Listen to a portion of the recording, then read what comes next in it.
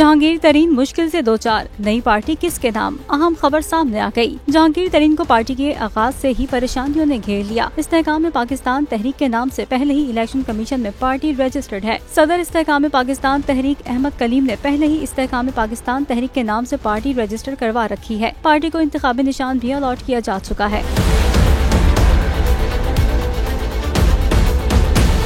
अहमद कलीम ने press conference में कहा कि इस्तेहकाम पाकिस्तान तहरीक की बुनियाद 25 दिसंबर 2021 को रखी गई। पार्टी 17 मई 2022 को इलेक्शन कमीशन में रजिस्टर्ड हुई। हालिया इलेक्शन में अहमद कलीम और उनकी अहलिया ने अपने कागजात नामजदगी भी इसी पार्टी से जमा करवाए थे। सदर इस्तेहकाम पाकिस्तान तहरीक ने कहा है कि हमने पहले इस्तेहकाम पाकिस्तान तहरीक रजिस्टर करवाई तो जहांगीर तरीन हमारा नाम क्यों चोरी कर रहे हैं। अगर उन्होंने हमारी इलेक्शन कमीशन में रजिस्टर्ड नाम इस्तेमाल करना बंद न किया तो हम उसे इलेक्शन कमीशन और अदालतों में चैलेंज करेंगे।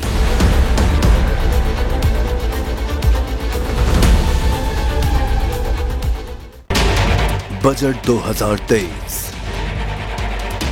वादों से इरादों तक का सफर और इससे जुड़ी अवाम की नई उम्मीदें। सरकारी मुलाजिम, मजदूर या हो कारोबारी, टिकटिकी बांधे सबकी नजर है इस साल के बजट पर।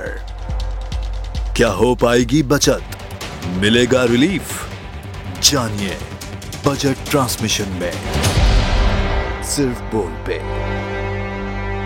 अदलो इंसाफ की बात सब करते हैं पर हकीकत में सच के साथ निडर होके खड़े रहने की जुर्रत नजर नहीं आती। बोल ने तश्कील दी 10 कोर्ट रिपोर्टर्स की टीम जो केस की बेस तक जा पहुंचे। पैनल पे सफे अव्वल के legal experts, court round up, Neelam Arshad के साथ सिर्फ बोल पे। सब्सक्राइब करें और बेल दबाएं ताकि कोई खबर रह न जाए।